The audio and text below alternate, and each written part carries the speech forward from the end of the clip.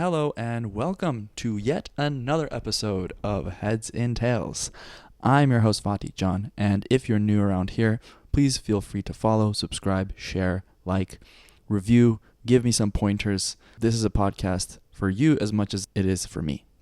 Today we have a fascinating episode lined up for you with a truly special guest, Quinisha. We'll be diving into a range of uncanny topics, starting with the eerie parallels between our lives and horror movies, discussing everything from clowns to the movie Parasite, and examining how these themes play out in our everyday reality. From the pervasive fear of rejection to the critical moments when we need to decide whether to pivot or push forward, Quinisha brings a wealth of insight to these discussions.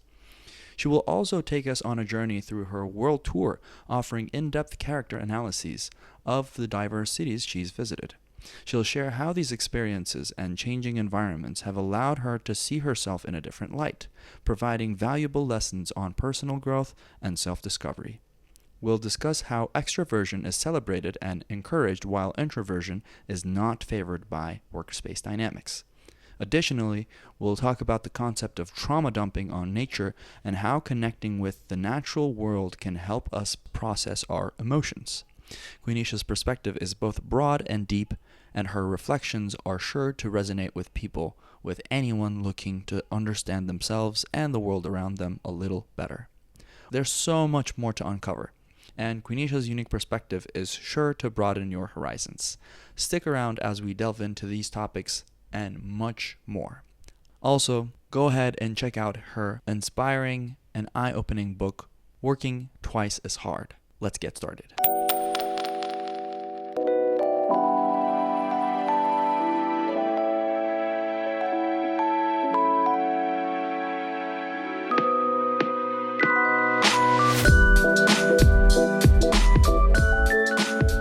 And now we're rolling. Oh, okay. Action. Yeah. All these movie cliches, people get into this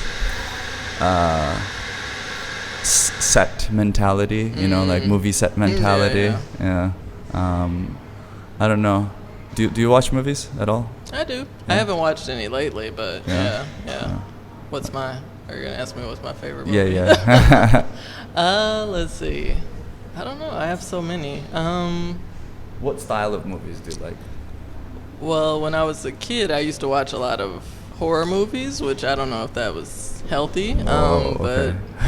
I Yikes.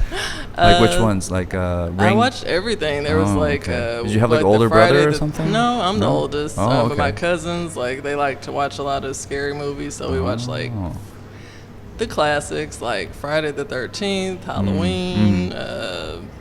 What are the other ones? There was have you heard of the Leprechaun? No. No, okay. There's Scary ass movie, a little right? leprechaun. Okay. He kills people. And Child's Play with the Chucky doll. And then I was I watched the movie It with the clown. His name's Pennywise. Oh. And that used to scare the shit out of me. So I was terrified of clowns for the longest time. And I don't know why I'm telling you this, but anyway. Yeah, so, there's a cultural phenomenon that a lot of kids are afraid of clowns. Yeah, clowns are creepy. Yeah. And I don't know why, I tell people that as I've gotten older and they laugh, but I'm clowns are fucking creepy. They Can I are cuss? creepy. Okay, yeah. Is it because, let's try to analyze it for a second. Is it because they're socially outcast, you have nothing else to do in life, so you just become a clown? Huh. Do they make background checks for clowns? Let's see. I guess my theory, maybe as I think about it, is clowns are... I think they kind of represent the extreme of what I see in society is how we're expected to be I guess when you talk about the toxic positivity is clowns are the ultimate example of that in my mind. And I don't know, it's almost for me, maybe that's what I fear becoming is the clown, where it's just You would hate to become the clown. You're you're laughing, it's kind of like the Joker, right? The Joker is he's laughing or he has this smile, but it's it's not even his. But I feel like it's like it was hiding. given to him, and it was like almost like forced. You know, it's like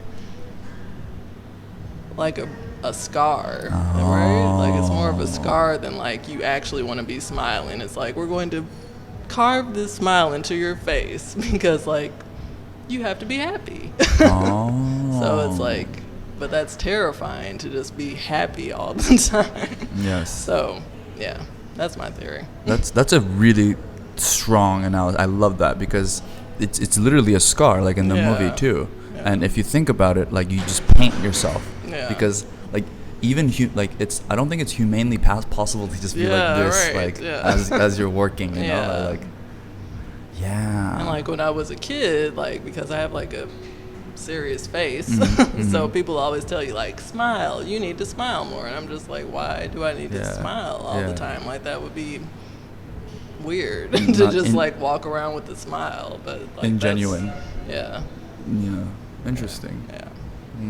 So yeah, I don't know if I would say that's my favorite movie, but I guess those are the ones that like stick out in my left mind. an impression on you. Yeah. So horror movies, I couldn't really get into those.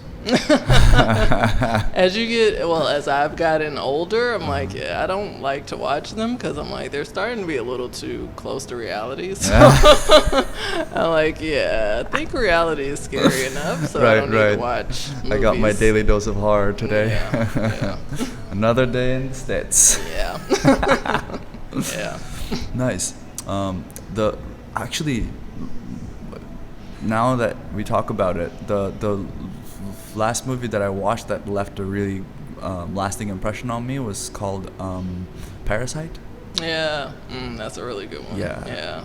Because it's very different than any other movie, and it doesn't follow the same like story arc that a lot of these like 90% of the movies follow, like the hero's journey. It's a little bit more like there's two different heroes, and like their journeys kind of like intertwine in a minute, and then it's like social commentary gets super violent as well. Parasite's really good. I was like because I had seen that it won like all these awards, and people were like, oh, it's so amazing, and you know, sometimes you're just kind of like, is it, or is it like hype? But when I watched it, I was like, oh yeah, that's a good one. It deserved the rave reviews for sure. Do you think the Squid Game was kind of an offshoot from that? What's that? The Squid Game. Remember this Netflix special that everyone just went crazy for? I don't know if I saw that. Oh really? No, I don't think I saw it's that. It's another Korean production. Okay. It's they collect a bunch of people, like 400 people, in like all these people who have credit card debts, and they're just like really like low part of the society with like super low credit scores. They have no other option basically. So they get all these people together, and they have these like games, like Hunger Games. Oh wow. For entertainment. Oh wow. For rich people basically. Interesting. Yeah, I haven't seen that one. Yeah, but Parasite, I mean, I guess obviously that's like the the standard, so anything that comes out is like probably influenced by that, I think. And it's real, you know, like people living in your house. Like I've heard it on a podcast, I don't remember which one, or a friend of mine told me, but like sometimes like famous people have these secret admirers that are a little too close, but they live there like in their house for like years on end. Super creepy. Yeah, I know. That's what I think. Like I said, I'm always like looking at that stuff, and like even now with like social media, you know, people talk about like the parasocial relationships and stuff, and it's like it is very, I don't know, it's weird. It's like the fact that like you really can't like know somebody and know their lives, and they have no idea who you are. Like you're just they could walk past you on the street and you're like, I know you, and like I know everything about your life, and they're just like, who are you? It's like it's very interesting times that we're in. So is it a net positive, like this whole interconnectedness that we have through media and airplanes? I don't know. I mean, I try to see the positive. I think I tend to be on the side of like, oh, this is weird, this is creepy, but maybe for me it's like a fear of intimacy. I guess it does feel very intimate to like share, because again, like, well, I don't know about you, but for me, like in real life, I don't really have like these types of conversations. Like it's mostly like, oh wow, it's so hot outside, or like, oh wow, it's raining, like man, crazy weather we're having, and like that's it. Yeah. But so it's like, for me, social media, like the internet, is like, this is where I actually have like those conversations that seem weird or a little like, you know, unusual, but they're not really unusual. It's like, this is stuff that we're all thinking about, but then like we don't say it in our day-to-day lives. We're just like, oh yeah, let's talk about what kind of coffee you had this morning, and it's like, but that's not what we want to talk about. It's like, we want to talk about like what's going on, like is this like, you know, people say like dystopia or like some kind of alternate reality, like we're all thinking it, but we feel like if we say it out loud, we're crazy. So being able to talk about it online, I guess, is like an outlet for a lot of people. So it's like, I guess that is normal, but it doesn't seem normal because that's not what we do in our day-to-day lives. How do you think people are more comfortable online talking about these things?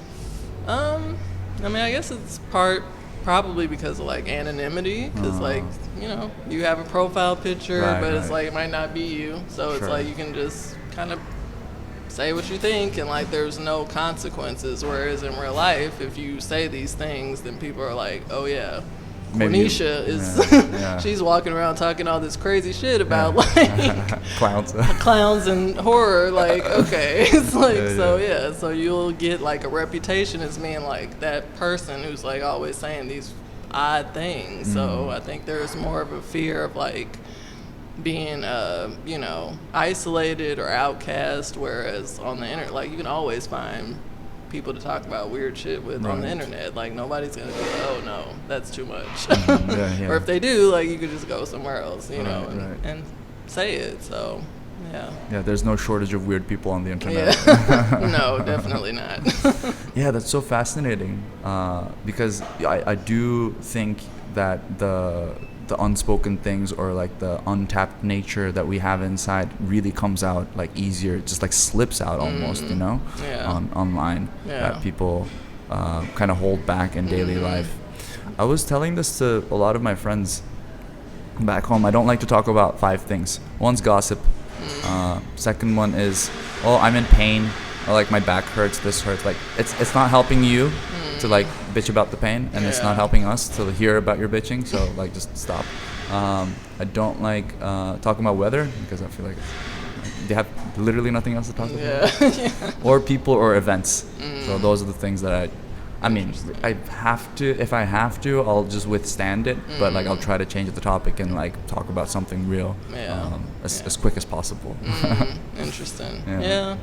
I mean, that's something that I feel too. Like, I'm not, when people say like small talk, like I don't like small talk. And I met a guy actually when I was traveling in Europe, and I was telling him like I don't like small talk, and he was like, no, like you have to do that. He's like, that's how you like connect with people and this and that. And I was just telling him like, no, like, or maybe that is a way that you can connect with people, but I don't like it, and I don't want to do it, so I don't engage in that. And I think maybe to some people that comes off as like cold or distant, but it's like, actually I like to talk about life, you know. And to me, like you said, weather's always going to be here. Like, it's always going to be sunny or rainy or like something. So it's like, that's nothing new. So, but obviously, like, as human beings, you know, every day we're changing. Every day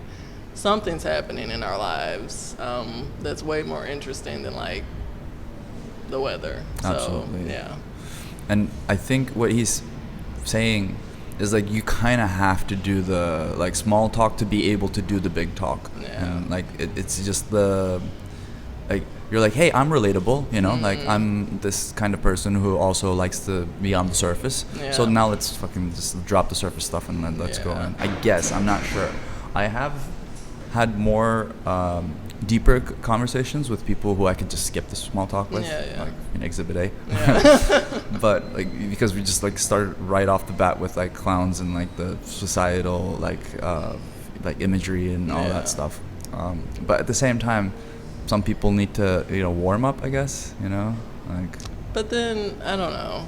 I'll ask your opinion on this. But like for me, when I talk to people, it's like, okay, so you do the small talk, and that's like a compromise, right? So you compromise on that, but then it's like then that ends up only staying there. So you're like, and then when you try to be like, hey, so we talked about the weather now, and it's but people are, oh no, we have to keep talking about this. So then it just ends up like being in that loop of like, ooh, I have your solution. You know? You have to ask their personality, their INTJ. First you ask that. Yeah. I guess that could be like the opening. So yeah. Then you decide to proceed or not with the small talk. Yeah.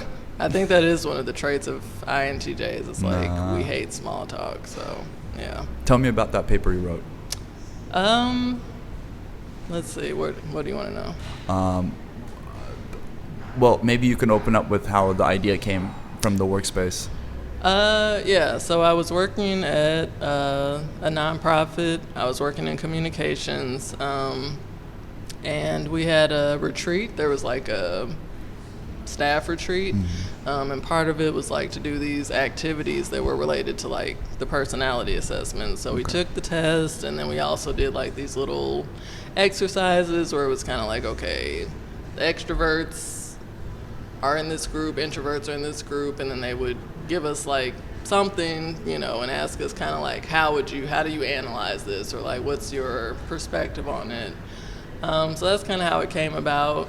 And the retreat was okay, but it felt kind of awkward because for me it was like, I don't know, it becomes like extroverts versus introverts, and it was just like, it's like, why does this have to be like a rivalry type of thing? And and then like some of the things that people would say about extroverts or introverts, they're like, oh, you guys don't know how to make decisions, or you guys are like slow. You're such a Gemini. Yeah. They would say things, and we're like, well, we think you're sociopaths because you talk like constantly. And it was just like funny to hear how we perceive each other.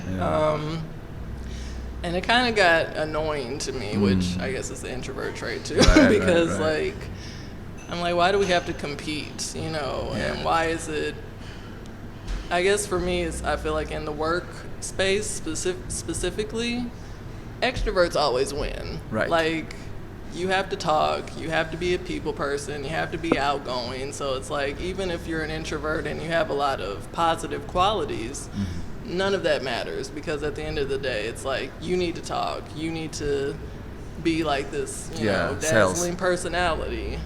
Sales. It's like, it's money. So that's kind of how the article came about for me, writing about how these assessments basically punish certain types of personalities. And even though, I guess that was the thing at the retreats, they were telling us like, oh, there's no wrong personality. But I'm like, but I feel like that's not true. It's like, introverts are the wrong personality. So it's always a push to be more extroverted, because that was always the feedback that I would get from my boss, would be like, oh, we want you to speak up more in meetings and this and that. It's like, but if I don't, smile, be outgoing. And it's like, okay, but if I don't do that, does that mean I'm a bad employee or that I'm not adding value to my team, which I think I was. So that's kind of where the idea came from, and I interviewed a couple people who were talking about, you know, how this can negatively impact different workspaces, because it's essentially forcing all of us to be the same. Like, it's forcing us to all conform to the status quo. So yeah, that was kind of the idea behind it. And like I said, people were some people agreed with me and they were like, oh yeah, I hate that test, and like I feel like I've never really been understood because I'm an introvert. And then other people said that I was like blaming the test because of my experience at my job, which clearly I wasn't doing, but it's like that was just the assumption that I'm blaming Myers-Briggs because of my job experience. But I was like, okay, whatever. You think I'm blaming it? Cool. Yeah. And where was the article published? It was published in the New York Times. Hey. Yes. I think. See, introverts win. Yeah, there we go. Hey, like that's a testament to the power of introversion. Yes. I think my experience with it was, okay, every time I take this test, it's a different result. Yeah, that's what people were saying too. Like, I can change my answer. Like, I can literally say whatever I want. Yeah. And it'll be, oh, okay, you're an extrovert today. And I'm like not bullshitting. It's like I take the test with a few years in between because like it pops up in like some sort of like job situation, or my friend mentions it, or someone mentions it. Yeah. So I distinctly remember I've taken the test at least 3 times. And I had like a campaigner personality. I had a mediator personality. Like it just keeps changing, you know. So I don't think it's a good way to assess anything. Like that was my experience. And like also hearing other people's opinions about, oh, like that's just like corporate America just trying to like, put you in a box. So so I've heard those comments too. Right. But to my surprise, so many Asian people that I meet over here, like the Chinese and Japanese and Korean, like it's one of the first questions that they ask you. Interesting. Which is really weird. Yeah. I'm like, well, first of all, how do you know about this test? I thought it was just like a West thing. Second of all, like, why is it so important? And then I like go on like tangent about like what we're just like talking about here. Yeah. Interesting. Yeah. Yeah. And also, I don't want the whole conversation to be about this, but I think for me and like for a lot of other people, it's like our personality at work versus our personality just like being in life is like different because like when I'm at work, I'm here to work. Right. So it's like I'm very focused. I'm very like, I'm going to get this done, going to get that done. And like I don't really talk to my coworkers because I'm like, I don't need to talk to you. Like it's like that. I talk to people that I need to talk to. So from that point of view, it seems like, oh, she's very introverted. But outside of work, like I talk to people, like now. It's like if I didn't want to talk to people and you had reached out, I'd be, oh no, I wouldn't have even responded because like I don't like people. That's the assumption. I don't like people. But if I don't like people, why would I be talking to this person who I don't know? It's like, so I think it's interesting that like it's assumed that who you are at work is like who you are everywhere, when clearly like we're all performing. Exactly. Like work is about performance. Act. So yeah. By the way, I met Quinisha on WhatsApp through a digital nomad group, and this is the first time I ever see her. And this is I want to say this. I think people are nice, but you just have to be first. Yeah. Like in life. If there's anyone who's like listening and they're like, oh shit, I'm so alone.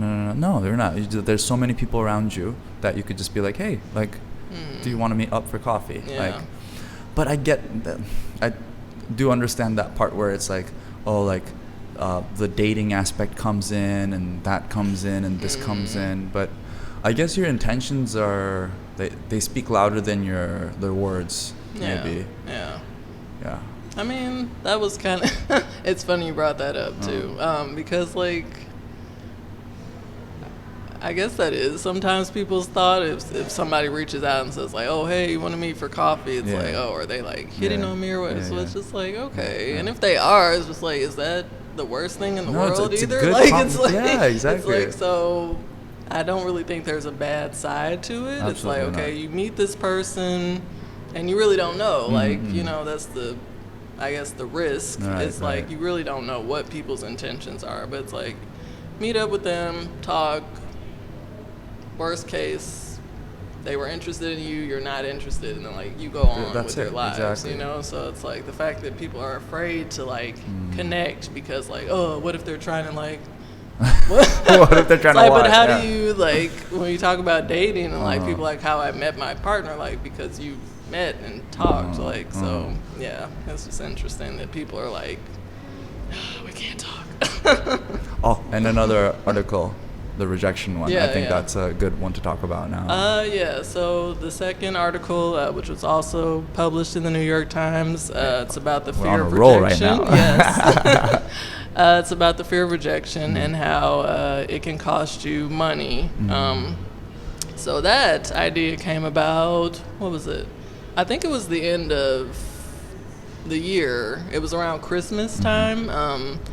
And I mean, as a freelance, I was freelancing. So when you're like sending pitches and emails, like Most of them you don't just were get, like, it's like you don't no get answers. responses. Yeah, So yeah, I was yeah. getting kind of like frustrated, you know, because I wasn't hearing back from different outlets. So I was just kind of thinking about rejection and how it can get to you and kind of get to the point where you don't want to try, or you feel like, okay, I'm worthless. Yeah, like, yeah. like, is my am I the worst writer ever? It's like, Right. even though you've gotten assignments before, it's like you just start having those thoughts come up. So so I was basically writing about how the fear of rejection can hold you back from like putting yourself out there, and also just like making a pivot, you know, because I think for me at least, sometimes I'll have ideas and I'm like, oh, this is like the best idea in the world, but then I don't want to like share it because I'm like, well, I don't know. Oh, that's what's costing you money, right? Yeah, but then even if I share that idea or if I put it out, like for example, I write newsletters sometimes, and like you can have subscriptions set up for people like pay for a newsletter or whatever. So I'll put out the newsletter, or that's my idea for the newsletter. And it might not even be the best idea, but I'm like, if I don't do it, then I'm just like sitting on this idea and I'm thinking like, oh, I'm on this idea and like it could make me so much money. But then if I actually write the newsletter and nobody pays for it, it's just like, no, you weren't going to make money from that anyway. But you were just like sitting on it thinking that you could make money, which is costing you because it didn't make money. So now you're just sitting here thinking about something that's not going to make money at all, as opposed to like learning from the experience. Yes. And then actually making money from like doing something better, you know? So because either way you need to like go forwards with because you don't know, like you don't know how people are going to respond. You don't know if it's going to be something they actually think has like monetary value. So because what I think has monetary value and what other people think is two different things. So so that was kind of the idea too, is that what you might think makes money wouldn't actually make money, but you're afraid to even like put it out. Yes. So or what like you think that wouldn't make money would actually make money. Yeah. That too. Yeah, it's crazy. When you said pivot, I was thinking about like I just wanted to ask you this question: when in life do you feel like you should pivot, or like in what times did you feel like the right thing to do was to pivot, like change the direction, and which times did you think the right thing to do was to just push forward in what you do? That's a good question. I think about that a lot.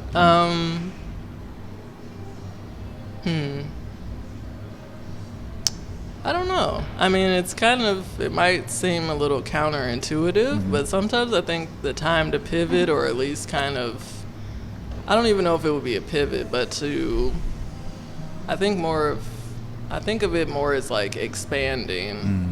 So I think sometimes to expand, or when you want to expand, is when things are actually going well. Oh. Like I think a lot of times we want to pivot when things aren't working, Right, or when it right, feels right. like, oh, you're failing and everything's terrible, Nice. and then, well, I need to go do this. But for me, at least in my experience, I feel like when things are going well, it's like, okay, maybe this does mean you need to like try something else, because like you're kind of on a winning streak. So it's like, well, if I try something else, then like it might actually work out even better than what I'm already doing. But it's just a matter of like getting out of my comfort zone, There it is. stretching myself, and again, like meeting new people, trying new opportunities, maybe experimenting, not too much, but you know, you can always add, you can always tweak like your processes and things like that. So Yeah, I think for me, making a pivot or a change or, again, just trying something different, it's like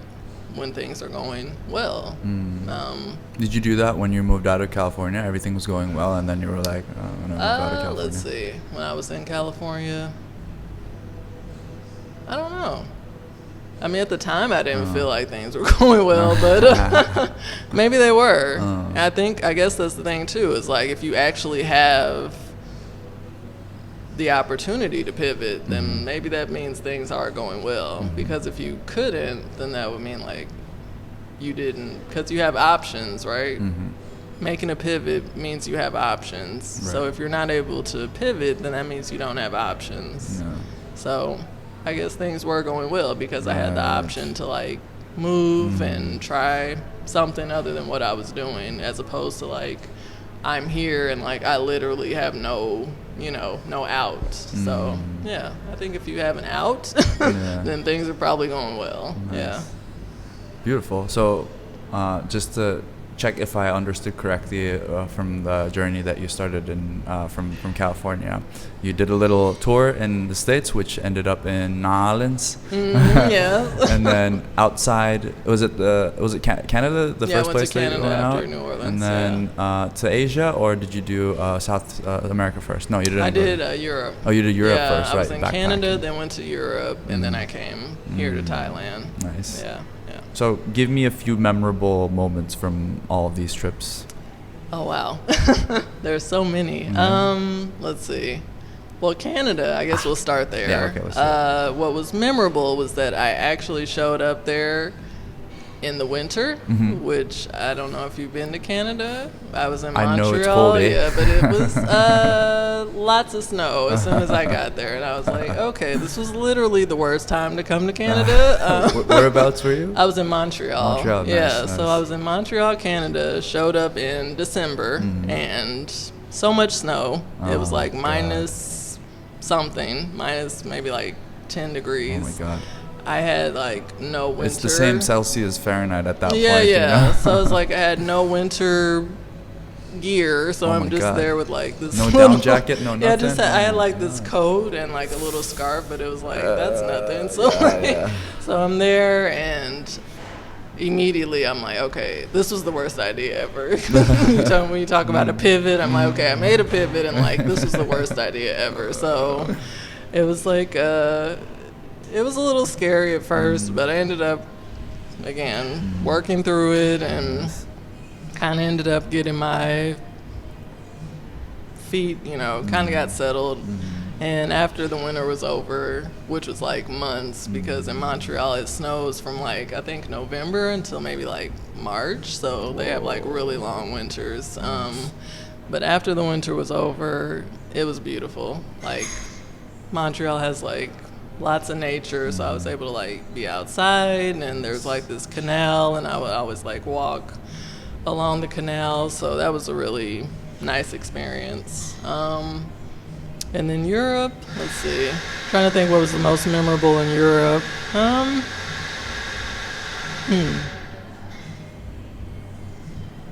Can I say this? Oh yeah, go ahead. I hated Italy. Oh, that's so. That was the first. I didn't hate it. I won't say I hated it. I hated the behavior, or like the pushiness and all that. Yeah, not even that, but yeah, it was like they were angry, like people were really hostile, and like, again, when you talk about the image of Italy, it's like, romantic, and like I'm thinking, I'm gonna fall in love and find like this Italian, and then it's like, oh wait, like what's going on here? And it wasn't that at all. So Italy was very like I have a very romantic like image of Italy in my mind too. So thank you for breaking the reality. Yeah, Italy was a little like okay. Weird. I went to Croatia. I love Croatia. That's actually one of my favorite places. Yeah, I went to Zagreb. Nice. I've been to Split before. I didn't tell you this. I was in the military too. So nice. So I went to Split, Croatia when I was in the military. But then this time I went to Zagreb. And Zagreb was really nice. I actually ended up meeting up. I had some friends that I knew from online. So there was one friend who lived in Brussels. So I went to Brussels and we met up. And I went to the UK and met up with a friend in London. Nice. So it was nice to actually like meet some people while I was you know traveling. already, Yeah. Where else? I went to Berlin. I was pleasantly surprised by Berlin. If I could like live somewhere without like all the visa stuff, I think Berlin would be like up there because it was really everyone's nice. top choice. Yeah, I hear that a lot. Yeah. Let's see. And then here in Asia, everything's memorable. Yeah, I know, right? I guess the most memorable, or recently, I went to Japan in April. Oh, you got to tell me about this. In April, especially with the cherry my blossom. birthday. Was it? Yeah. Happy birthday. Thank you. How old are you now? How old am I? Uh-huh. I can't tell you that. Okay, all right. I'm just kidding. Yeah. I'm 37. Really? Yeah. Oh my God. I would definitely. I was gonna say like late. No, okay, maybe not late 20s, but early 30s for sure. Yeah. Wow. Okay. Yeah. What's the secret? Introversion. Yes, introversion. Less people you deal with. Less quit your job. Yeah. Yes. So Japan was amazing. I went to Osaka, Japan. And there's a... Did you stay in Osaka the whole time? I did. Well, I was on there for 2 days. Oh, okay, but okay. yeah, there's I don't know if you've heard of it, but there's like a castle. It's like is it? I don't know if the name is. I think it is the Osaka Castle and Garden. So there's like this beautiful garden, and I was there for like. I just stayed there like the whole day pretty much because I was like okay, I want to see that, so I have to go. So I booked a hotel that was like literally just down the street and walked out there, and it was like a little cloudy in the morning. So as I was like walking out, I had a long like trip there, and like I was taking the train, and I had never taken the train, so that was something that was like kind of scary because. Again, first time in Japan, and everything's in Japanese, and I don't know any Japanese, so I was like, oh my God, what am I doing? And I got there late at night, and my phone died, so it was like your nightmare experience, and like I'm thinking about clowns, but but then like I was like, I was really proud of myself because like I wrote down like all the stops that I needed to take to get to my hotel, and like I'm sitting on the train and like I'm looking at each stop and I'm like, oh, okay, this is the right stop. And I'm like, oh, okay, that's the right stop. And then I ended up actually getting to my hotel just by like writing down all the stops instead of using my phone. So I was like, yes. There you go. I'm like, I did not have to depend on technology to get to this hotel. So that's impressive, nice. Actually. Thank you. And would you say in Japan, like all the stop names and everything is intuitive-ish? What do you mean? Like, is it really hard to navigate? That's what surprised me. It wasn't as hard as I thought because that's what I think the reputation is in Japan. It's like, oh, it's so hard to like figure it out, but like they actually do make it really easy to like navigate and find things. I mean, they had like I don't know if they're security, but they have people who work like at the metro stations and stuff like that, so you can ask them like, hey, can you help me, like, because my ticket wasn't working or something. So I asked them like, hey, can you help me? And they helped. So it wasn't as hard as I thought. I would assume India would be a little bit more difficult than that. That's what I've heard. So Japan it wasn't as bad. It wasn't as scary as I thought it was going to be. I've always been very intimidated to like travel to Japan, but my first experience was really nice. So So besides Chiang Mai, all of these places that you've been to, which ones would you go back again? Besides Chiang Mai, I'd say Berlin. Yeah. Zagreb. Where else? Montreal. I really enjoyed that. Nice. Where else? I'm trying to think where else in Europe. I went to Portugal, which was like, It's okay, but I would go back. It was I went there in the winter too. Last winter, it was more rainy than I was hoping for. I was hoping for a little better weather. So, yeah, if the weather was better, I'd probably go back. Is to it a Porto. port? I think it is. It's like I guess boats. it is like off of the water, so it was like kind of chilly a little bit, windy. So yeah, it wasn't like the most pleasant weather to like go out and explore in, but it's it had like a artsy type of vibe, which was I've heard about Lisbon. I didn't go to Lisbon, but Lisbon is apparently like really busy and hustle and bustle, but Porto was like a little more quiet. I felt like it was more I guess if you're talking about introvert, extrovert, I think Porto's introverts. Lisbon is probably more for extroverts. So, Got you. Yeah. And which place did you feel like as a writer? Is it? Well, first I should actually ask you this: like, does inspiration come from like a certain vibe of a place, or does it is it more of a mental state where like it doesn't really matter where you are, it just happens? Interesting. That's a good question. I don't know.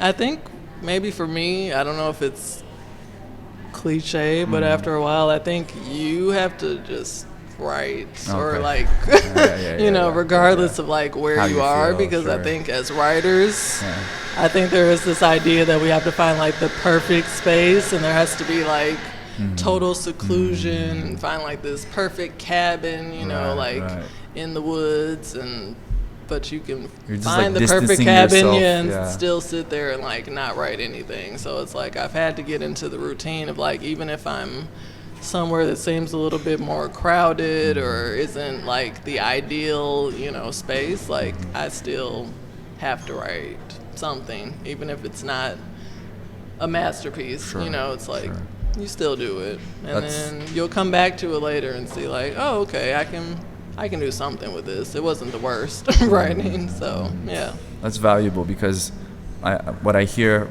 from what you say is, don't distance yourself from the practice. Yeah. Like it has to be this one, and all these like requirements before you actually start doing the doing. yeah, that's what I think. Like, even when it comes to like coffee shops, people are always, oh, you have to find like a cute little coffee shop with like everything's the perfect brew. It's just like, okay, sometimes you won't. Like sometimes when I go out, it's like I'll go to a coffee shop and it's like, oh, I don't really like the vibe necessarily, but like I'm here and like I try to make the most of it. So okay, let me rephrase my question then.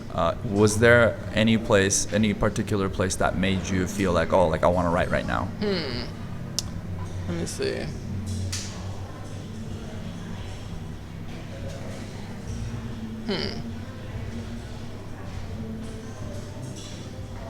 I don't know. I think maybe Japan made me feel like that. Okay. Yeah. Like after I had gone like out to the garden and was like seeing all of it, I did feel like that. You're talking about like the movie spark of inspiration. I was like, I'm so inspired. Yeah, I think that's probably the one place where I felt like that. Zen gardens. Creative, inspiration that you're always hoping for. So yeah. Nice. Yeah, I hear so many good things about Japan. The people and the way they take care of everywhere. Yeah. My dad traveled quite a bit in Southeast Asia, and from whenever I asked about, or whenever he's like doing these like, oh, in my travels, let me tell you about my travel, like Japan always comes up, and he can't stop talking about how they would have these umbrellas, and when it rains, like people just pick up the umbrellas and then they leave the umbrellas on the ground, and then the people, like the workers, just like collect them and put them back into the boxes. Yeah. And my dad was like, what? No one really steals that? Yeah. Yeah, that's what I noticed too. It's like it just felt so like, I know people use the word safe, but it wasn't even safe so much. It just felt like you said, you felt taken care of. You just felt like, okay, this is a place where like I don't even have to like, I don't want to say think, but like for me, I'm very much like, okay, I have to like, where do I go? What do I do? Like I have to prepare, but it's like, it just felt like when you get there, everything's like prepared. And it's like, you don't even have to tell them like, hey, I'm on my way. They're like, yeah, we have everything ready. Yeah. So like you're here. And again, it's like I said, taking the train and all that. It's like I'm freaking out because I'm on my phone is dead, you know, but I was like, oh, everything's prepared. So I was like, wow, this is amazing. Yeah. Like it just feels like a very structured culture, I guess. So yeah, it was interesting. I've never experienced that, I guess. I heard about some stories where there's restaurants, like you can choose to just be in a booth of the restaurant and like you say, I don't want to talk to the waiter or anybody. Like you just put in your order and then they just like slide your food in there and like you can just be in and there's like booths in the subways and stuff. If you get too overwhelmed, you can just like be in the booth, like cry or you know like do like whatever you want. Yeah. Have you seen those things? I didn't see that. Oh, okay. No, Yeah. but I could see that. Yeah, you could see that happening in Japan. Yeah. It seemed like they are very intuitive. Yeah, which is interesting. Introvert friendly place. Yeah, very introvert friendly. Yeah. Nice. How was growing up in Missouri? Oh wow. Now you're asking the big questions. How was it? What do you want to know? Yeah. Well, just tell me about your first memories. Okay. Let's see. Well, we moved there when I was about 5, maybe 5 or 6. My mom, my stepmom, or my stepdad, sorry, and me and my little brother. So we moved there from Illinois. Okay. And then they had my little sister. So my earliest memories, we lived in like an apartment. Stayed there for a while. And then we ended up moving into like the suburbs when I was maybe like 7 or 8. Yeah. And I think what I remember, which was like, I don't know why, but as a kid, like we were the first black family to move into this neighborhood, and I guess it was like, do you remember any looks and stuff? I'm sorry? Do you remember any like looks and stuff? Yeah, I think it was like they didn't want us there, which was like kind of odd to like, or again, when you're like 8 years old, you're just like, I don't really know what this means, you know, but like, and I remember my mom, like she was trying to be very friendly, you know, she like introduced herself, and my little brother and sister, like they would like try to say hi to people, and like people like didn't want to talk to them, so it's just like kind of weird to experience that at that age. And then I was in school at first, but I started having like trouble in school with just like behavior. I wasn't like wanting to do like assignments and stuff, like being rebellious. Surprise. So then my mom actually ended up like taking me out of school and homeschooling me. So I ended up so I ended up being homeschooled until I graduated high school. So yeah. That's perfect. Yeah. So did you go to high school then afterwards? No, she homeschooled me. I wanted to go, but she was like, no. So much better. Yeah, that's what I realized in hindsight. You saved yourself a lot of programming. Bullying, programming, all that stuff. Yeah. Wonderful. And then, so after college, you prepared for your SATs and all that by yourself? Well, for the SATs, I studied for that. I actually graduated like a year early, so I ended up studying for the SATs, and I had one college that I wanted to go to, but it was like, it's too expensive, so I ended up going to like a community college for my first 2 years. Nice. Yeah. And how was that experience like?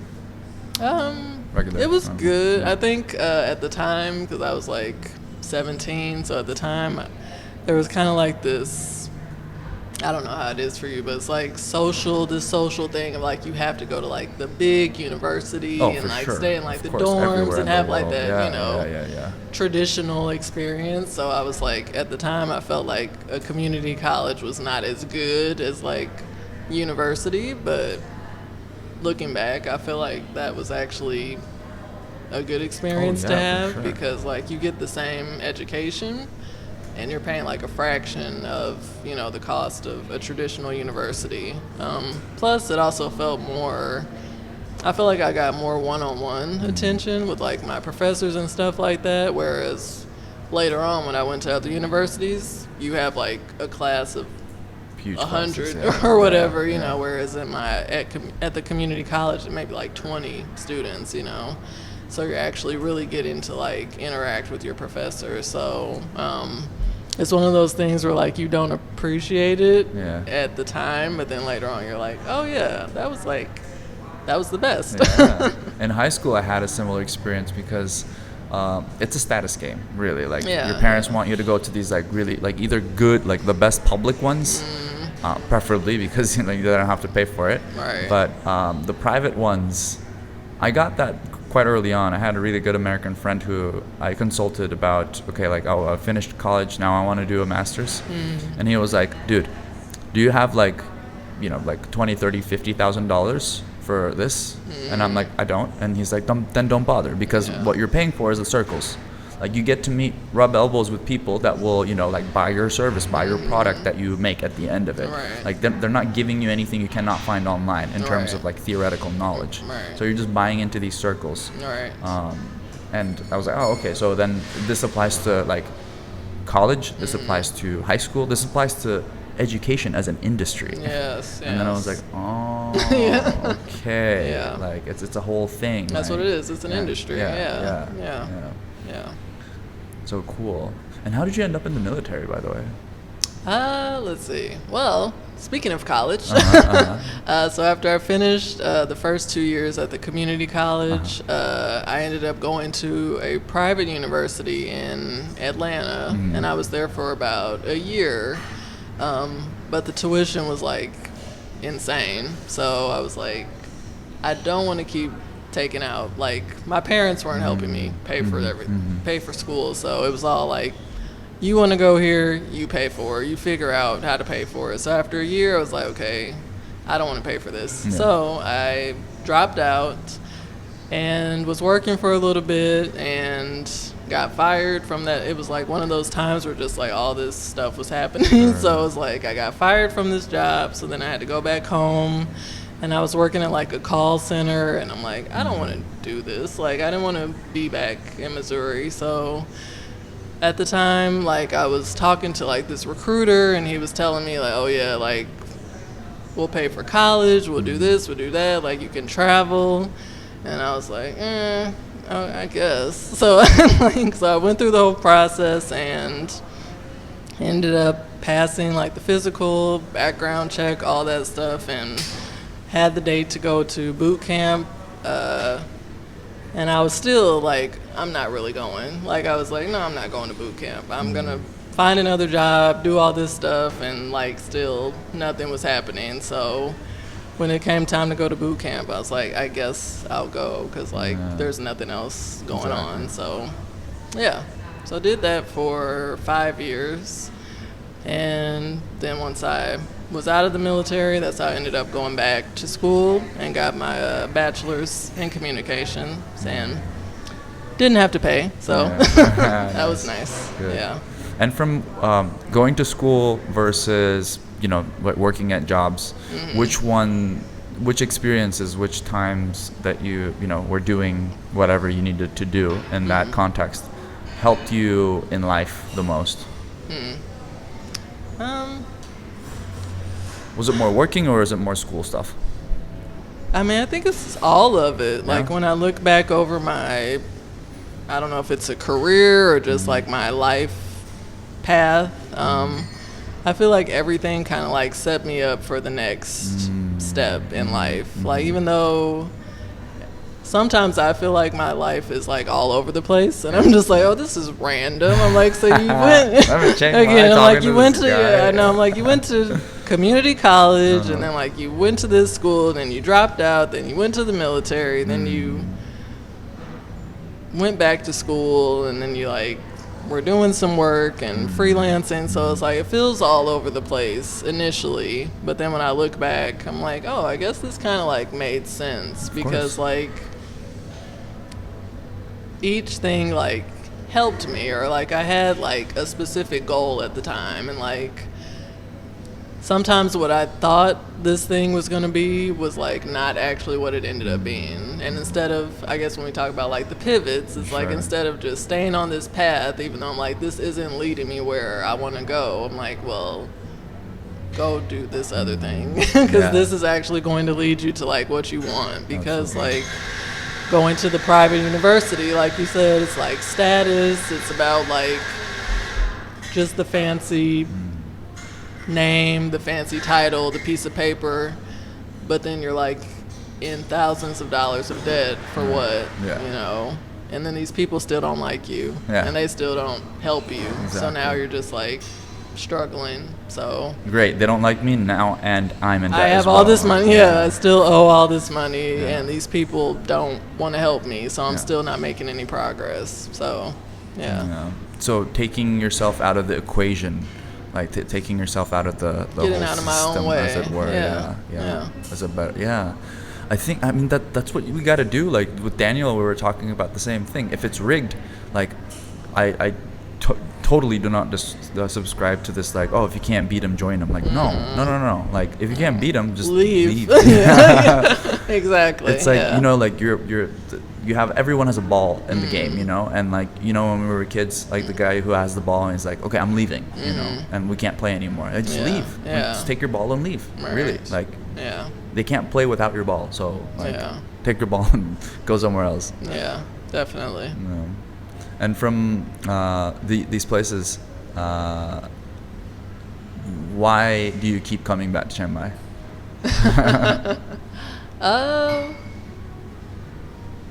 That's a good question. I don't know. Is Chiang Mai magic? Might be. I think so. I think every time, like that's the thing. Every time I leave and come back, I feel like there's like something like new or different or it's like I always think like, I shouldn't say always, but sometimes I am like, oh, I'm done with Chiang Mai, because people say like, oh, it's boring, or like there's nothing exactly here, and then I come here and come back and I'm like, wait a minute, like I don't remember that, like like I was just looking in the group, the digital nomad group, and like people are like, oh, go check out this cafe, and I was like, I've never seen that cafe, and I'm thinking like I've been to like all the coffee shops and all the cafes in Chiang Mai, but it's like, no, there's like always something new popping up, and again, then you like meet new people and you're like, well, they're super cool, so like why wouldn't I want to come back? No, I think that precise thing you said about how it's boring. Like, I want people to say that it's boring. Like, I want people to say that it's like, you know, like, I want that. Like, we can't inflate this place. We don't. And another part is like, I don't think it'll be inflated like what's happening in Bali right now. Like there's like a lot of people coming in, you know. Because we have the burning season, it's rainy, it's not glamorous. We don't have a lot of we don't have any beaches around, so it's just like pools every other corner. So there's enough reasons for people to be like, I want to go to Phuket. Like, okay, you go down to Phuket. I think that's when I like Chiang Mai the least, is when it's like everybody's here and I'm just like, can you guys leave please, like so we can get back to like this, because this is like the Chiang Mai that I like, when it's like you can meet people and not like, oh hey, I'm going to Bali, I'm going to Vietnam and doing like the whole like pancake trail. I'm just, okay, like that's what do they call it? The banana something? I don't know. After the Silk Road, the spice road, and now we got the pancake trail. I love it. I'm like, if I hear about people going to see elephants one more time, like okay, sorry. I'm judging. I totally feel you. I think I thought I was alone, by the way. No. Like, it's like am I the only person who just wants to leave the elephants be? You know? Right. I'm like, they don't want us. Yeah, like, I was listening to, do you know Alan Watts? What's that? Alan Watts? I think I've heard, Yeah, he's the philosopher guy who, like, did a lot of studies in Asian philosophy and culture. And he's trying to impart it back into the Western world. Super cool guy. Yeah. Mainly, the reason is his voice is just like, oh, so good. You know, it just puts me to sleep. But he was talking about his friend who was doing research on a dolphin, and for like an extended amount of time, he was like trying to decipher their language, and he got to a point where he was like, okay, well, this being is way more intelligent than me. Like I can't understand its language. Like it's trying to like get me to get it, but I don't get it. So like I'm just gonna let him just go because I'm too inferior to this being. So it's an apostrophe that. What was that? How do I say that word? What's that? Apostrophe? It's bad that I'm keeping this person. Oh, I don't know what the word is for that.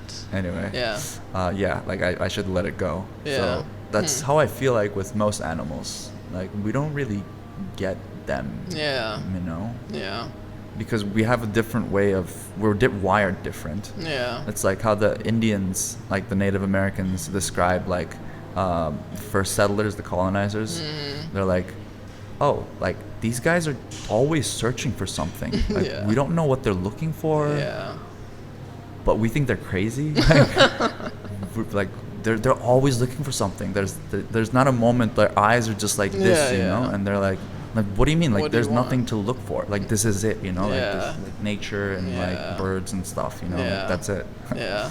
That's another thing. Like I hope I don't get on a tangent with this, but like when people talk about like coming to like countries like this and like being on like this spiritual journey or like healing journeys, like, and it's always like, oh, well, if you want to connect with nature, then like go like touch this tree, and like that bothers me because I'm like, the tree doesn't want to be touched, like, and it's like I think people look at it as like, oh, I have to like, okay, again, this is like the woo-woo stuff, but it's like, I'm gonna like go give my energy to this tree, or like whatever pain I'm feeling, like I'm gonna go touch this tree, and like the tree is gonna absorb my pain, and I'm just like, but did you ask the tree if it wants to absorb your pain? Like trees don't want all of our stuff, right? It's like, so I thought about that too, because like when I was back home on the road trip, I would like walk. And some people say, like, oh, take your shoes off and walk in the grass. And, like, I did it. But at the same time, it's like, this feels a little weird. Because I'm like, does the grass want me to, like, give it my pain? Like, I don't know. It's just, like, these thoughts that I was having of, like, when we're on this spiritual journey and healing, it's like, yes, it's good for us to heal. It's good for us to, like, try to connect to nature. But I don't think it should always be from a place of, like, giving our pain to like something else, because like it's ours. I look at it a little bit more scientific though. Oh, I'm sorry, go ahead. Were you done, or I cut you off? I was just gonna say when it comes to like nature, it's like I don't think nature's purpose is to like always absorb our pain, and I think that's kind of how we tend to look at nature, like oh, if you're hurting, go out to heal. It's like, but nature is not, I guess it's, again, when it comes to like taking, like we don't always have to take or go out, you know, with the intent to like, oh, take something. Like sometimes just be in nature, because like that's what we all want. We want to just be, and I think that's how nature is too. So I think I agree on the like the perspective and like the way you look at it. Oh, you can challenge me, so go ahead. No, I'm always up for these. Because it's a very different way of looking at it. Like, did you get consent from nature? Yeah, almost, yeah. You know? I mean, like, I guess that's what it is. Yeah. Like, because like you, like, I can't just come up to you and be like, hey, can I just touch you because I'm in pain? Like, no, it's. I don't know. But the way I see it is like more like when you're barefoot in grass, what happens is like an exchange, right? So your like positrons. Like now there's like a billion electronic devices over here. There's the Wi-Fi, and there's like all these other people using like where the camera pointed towards us, the lights, the AC. Like we're loaded. Like we're loaded. Like you have no idea. Like because I do it weekly. I go to the nearest park. There's like 2 parks that I go, and I set up my slack line, and then I just like walk on the rope, and I mean I do it barefoot. So every time I step off the line, I'm on the grass, and so the weekends I feel different, like a very tangible difference. Like it's a palpable feeling in my body that I feel a little bit more like less headache, less sluggish, you know. So I think there's an exchange that happens, and you can look at it as like like I'm giving off the pain, which is true. Like if you carry all this like electrons and like all this, you know, EMF and all that stuff, it is pain for the human body because we're an organic, you know, like being. And I think grass and nature in general is just so vast and huge. They take that and they turn it into some other thing, you know. So it's the way I justify it in my mind. Being barefoot is that way. But I do understand your perspective of like, well, you know, touching the tree and grass is just like a minor example, but like let's keep these animals confined in this fucking space so we can look at them. Like last time I went to a zoo in Pattaya, it was tragic. It was heartbreaking. Like, oh, let's go look at these sedated tigers who are like toothless and like just not living the way they should be living, and they're just like doing the same like they're crazy, you know, like they're drugged so intensely that these are predators, you know, like they could maul you and tear you into freaking shreds, and you're just looking at them and they're just like there, you know, like they're so against their nature, you know. It was tragic, like all these big seals like stuck in aquariums. Like this one was just like like literally so just like stuck in a glitch, you know, just doing this. And I was like what does the world come to? Like why are we doing this? Like it literally made me sick. Like I wanted to throw up. I mean I think that's kind of the point that I'm trying to make. I don't know if I'm getting it across well, but like I was thinking like today I was in my apartment and like you can see everything, you know, the buildings and stuff like that. And I guess for me it's like I was thinking about burning season because you talked, you know, about that. And I was just so amazed because I was just like, wow, the fact that like we literally could all die, like, because that's such a strong, like, intense time, you know. And I think we're like very casual and kind of like, oh yeah, burning season, and then like on to the next thing. And like now the fact that the skies have cleared up and like we can breathe a little bit better, I'm just like, this is something to like really pause and like look at. And I think we're so quick to just kind of like go into like, okay, like now what do we do? Like I've seen, I mean, it's okay to have meetups and stuff like that, but it's just kind of like, okay, now we're gonna like do a dinner and do this and do that. And I'm just like, can we pause to like appreciate that like we're alive right now? Like after how intense that is, because that was like my last month, you know, that was my first time being here, like during that time, and like I was fucking terrified because I'm like, why is the sky orange? Like this is like, it's a lot. So yeah, I think, at least for me, I don't know about anybody else, but I think sometimes I do underestimate like the power of nature and like everything around us, and like the fact that it doesn't kill you, like you were talking about the tigers and that, the fact that they don't just maul us, it's like, oh, that's amazing. Like luck, when we talk about being lucky, like we're lucky. So extremely. And I don't know if that was like off topic. No, it wasn't. I think gratitude for how far we've come in terms of, you know, okay, like we're mastering the environment, but also being aware that, you know, like we're not the masters of the environment. The environment is giving us so much grace. Yes. Being grateful for that is like, like if people like you were like, oh, okay, let's move on to the next thing, like doing this, that. I think that is a major blocker for a lot of people's lives. Like abundance. Like a lot of people don't experience this abundance because they're not grateful. Yeah. I think that's the biggest part of like feeling there's a lot is to just be very thankful with what you have. Yeah. Like whatever it is, you know, Yeah. like I cherish this conversation so much. Like, same. and it's like, I have so much right now. Like I don't need anything else today. Like this made my day. It's like an amazing way to start my day. Right. And that perspective just gives me so much more and to appreciate and to be like, yeah, like now, like I was telling this on when I do weekday, I just do rants. So I try to upload like a rant a week. Yeah. And one day I was talking about how we don't really listen to each other at all because now we have this conversation, but I'm gonna listen to this exact like hour, however long we're gonna make it for. We're at hour 8 minutes, by the way. Okay. But I listened to it at least 3 more times. One for the sound editing, one for the subtitles, and one for the like. And I still, you know, like catch things that I didn't in the moment. You know? Yeah. And like, if we don't listen to each other in the moment, like if I can find things like after the fact that I spoke to, like over and over again, I listened to it and I was like, wow, she said that? Holy shit, I totally missed it, you know? Yeah. And imagine the stuff that they were missing, you know? All the time. Yeah. Very true.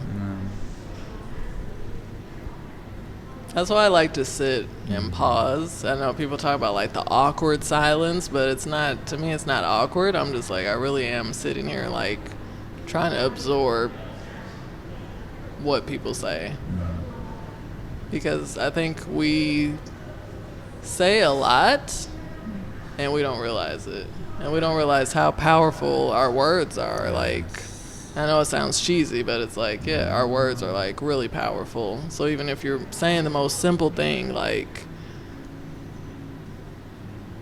that can stick, or it does. Like, it sticks with us forever. It's like, even if you don't remember this conversation, like years from now, you know, when you're like, senile, you know, it's like this conversation is still going to be like in your memory. So it's really powerful. It can teach hate. It can degrade, you know. It can elevate too. Yeah. And I don't know, like you said, not we wield a lot of power. Yeah, we do.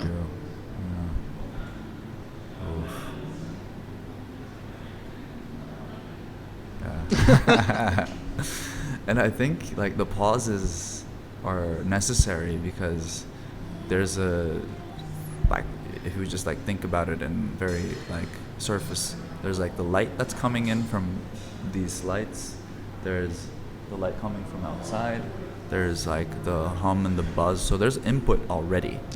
And we're like building on that input by like talking. And it's like, whoa, I need to like process this.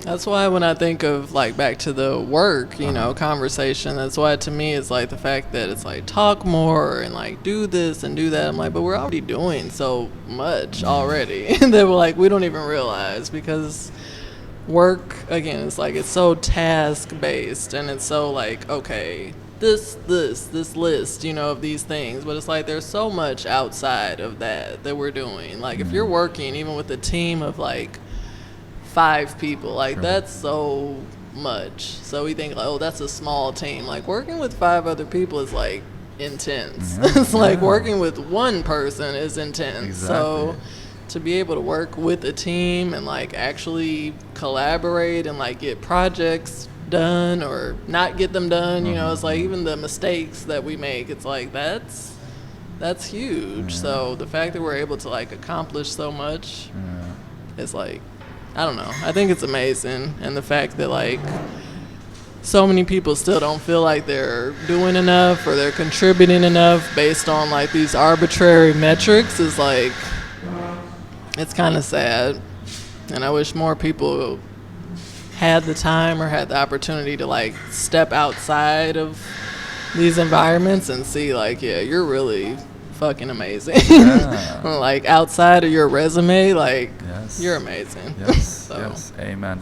Yeah. And I guess that's why marriage is so hard too. Yeah. Exactly. Like when I think about my marriage, I'm like, that was fucking amazing. Like we were two human beings coexisting in like this society and like navigating all this different stuff and still able to communicate somehow, like even if we didn't understand each other all the time, like just being able to get these things done, like it was really cool. And like I think at the time, of course, you're always thinking, what am I doing wrong? You know, we're always thinking about what we're not doing, but again, in hindsight, you're just like, I was doing a lot right, you know, but we focus so much on what we didn't do or how we're failing. So we're wired to feel that way, I suppose. Yeah, I think so.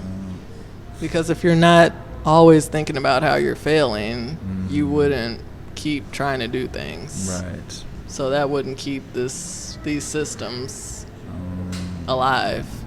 Right, that would crumble. Yeah. If we were like, oh, I'm doing a good job, I can stop. Like, or I can just sit here and think about the good that I'm doing. Like, that doesn't help move any of this forward. Right, so, yeah.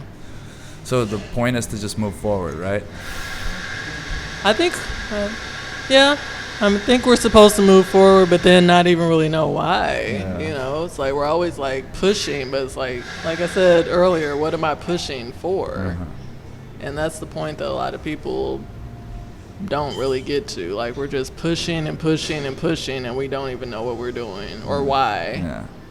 So. And in the grand scheme of things, it's like, okay, is it just survival? Like, is that why we're trying to colonize Mars? Like, is it like? Like, what is it? Is it like, is it just basically hinging on, you know, like sex, which is like survival in a sense, you know, like to reproduce and make sure the species continue, feed the species. Is that it? Like or, I don't know. There's figures over here who just like noped out of the game. They were like, yeah, you know, like I'm above it. Yeah.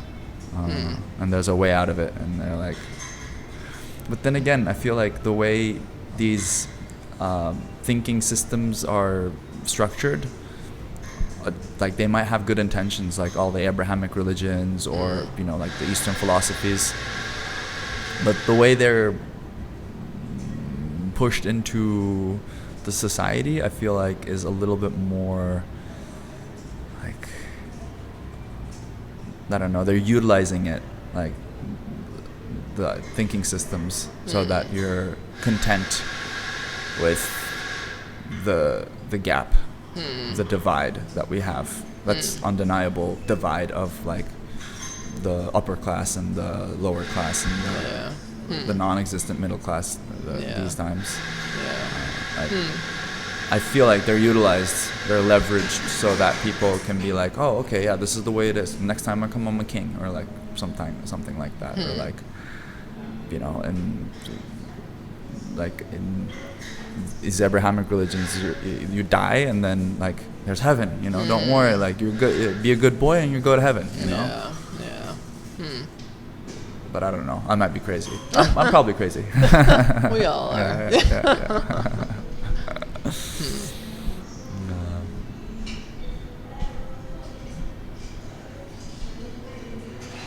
Were you raised religious?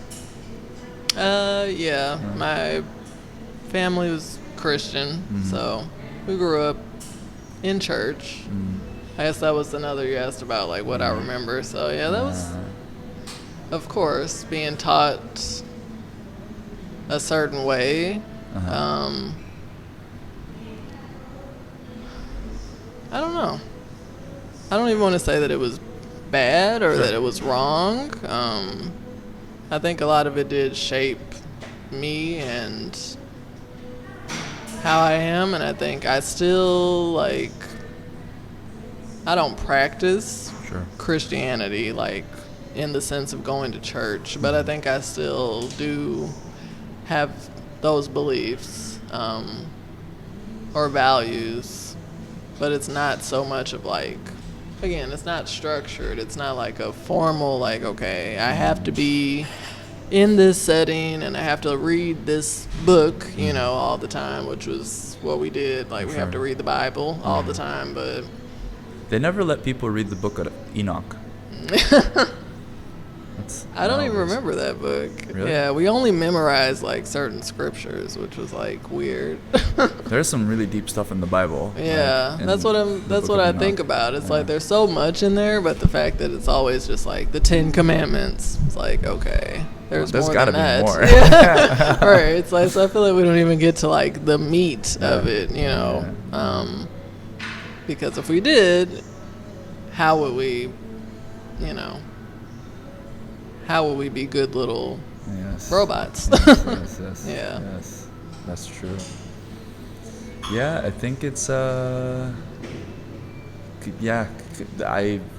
more I just talk to people, the more I live outside of these paradigms, existing paradigms of like, oh, like this is great, like this is the best. Like I feel like for like America in particular, it's like, you know, like your parent says like, oh, like you're so, like you're the best kid, you know. But they just lied. Like it's a parent that kind of lied to you. That said like, you're the best kid, you're the best kid, you're the best kid, and then you go to school and then you realize you're like one of the worst kids. It's like, oh my God, like I thought, but my parents told me I'm the best kid. It's like, no, you're not the best kid. That's how I feel like. Reality. Yeah, like because going there at such an early age and then like observing it from afar and seeing how like things pan out, you know. Yeah. Because I mean, my parents went for the same reason. Like America was the first brand of a country, you know. Like, when like they brandified countries like Nike-fied or Coca-Cola-fied, you know. Yeah. Like it's all private. And then like I remember as a kid, like in like adults talking to each other, it's like, oh, America, this thing. It was kind of this like thing that it's an ideal. It's like this Neverland, you know, land of opportunities, and it's like this, it's like this mega construct, you know, that you buy into. Yeah. But then like the grass is absolutely not greener on the other side. But, you know, let's get to it. I mean, the thing about, for me, when I think about living in America versus like traveling to other countries, it's like, I mean, I was thinking about it the other day. I was like, we're so brainwashed. Like it's, and again, it's just so extreme. It's like things that are not that big of a deal. It's like we're programmed to think like, oh, this is like the best thing that you'll ever have, and like you'll never get anything. You can't ever get anything better than this. It's like we gave you this slice of bread, and like you'll never be able to get a better slice of bread anywhere. And it's just like, but clearly that's not true. But like there are people who like really believe like you will never get a better slice of bread anywhere other than here. It's grandma's bread. Yeah, right. And it's like, why? Like, why would you even want people to think that way? Like, there's amazing bread everywhere, so why can't we try amazing bread everywhere? Like, it's very. I mean, it's a prison, basically. It's like, it keeps you imprisoned. Yeah, it's like the grandma's house where, like, I love that analogy because it's like they feed you, like you go to grandma's house, it's like old, but like she feeds you a lot, you know, like more than you need to, you know, like all the portion sizes are huge in the States, you know. And you know, Europe is this similar place where it's like not even grandma's house anymore, it's the museum. And it's like, look at all this old shit. And I love what you said about, it's old and it's amazing palace, but you can't come. Please look at it from afar. Please do not touch. And if you come over here, I mean, just look at this cafe. It's like, it's freaking new, you know. And there's so many places like Indonesia, not just Bali. There's so many islands over there that are like really, really new and just fresh and full of ripe for opportunities, basically. You can go open like, I don't know, you like smoothies, just open a smoothie shop somewhere, you know? Like, you don't need much to like open up shop anywhere. And as long as you don't, you know, like ruffle the feathers with some, mafia, because there are some places around Southeast Asia there's mafia around. As long as you're like not stepping on anyone's toes, and not as long as you're not price cutting anyone, everyone's just mainly chill, Like, they just let you be. Yeah.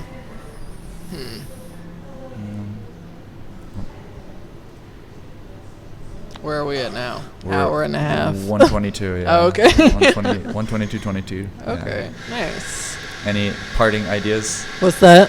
Parting ideas. Yeah.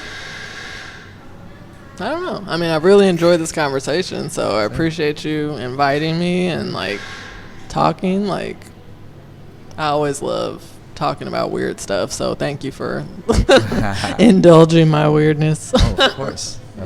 The pleasure was all mine. Yes, thank you. And would you like to introduce yourself to the audience? Oh, I didn't introduce myself. Yeah. My name is Quinisha Jackson Wright. I am a journalist. As I mentioned earlier, been published in the New York Times, Wired, and some other publications that I'm forgetting right now. And I also wrote a book. What? Yeah, it's called Working Twice as Hard. Can I plug it right now? Yes, please. Okay. Yes. Capitalism. Yes. Oh yeah. So this is a book. Working Twice as Hard. Yes. Oh wow. Okay. Reality of Entrepreneurship for Black Women. Yes. Jackson Wright. Yes. Be your own boss. I love it already. Yes. Do what you love, and you'll never work a day in your life. That's probably I've been consuming a lot of, like the improved self-development, that type of content for like maybe over 15 years. Yeah. And that do what you love is the thing. Yeah. Like, block your calendar, like live from like a block calendar life. Yeah. I mean, not to like every single hour is like a block, but like that, and do what you love. Yeah. Are probably the two. And your five people around you are like the average. Who you are. Those are the three things that I think I can save a lot of people some time and effort. Or you can read Working Twice as Hard and save yourself a lot of time and effort. Yeah, this is amazing. Thank you. Yes, we can find Quinisha on KW. Oh no, sorry, that's old. That's old one. Don't plug that. Oh. I'll give you my stuff later. Okay. Yeah. Well, thanks everybody for watching. All right, thank you. Yeah. This is another episode, and we'll see you on the next one. Bye-bye.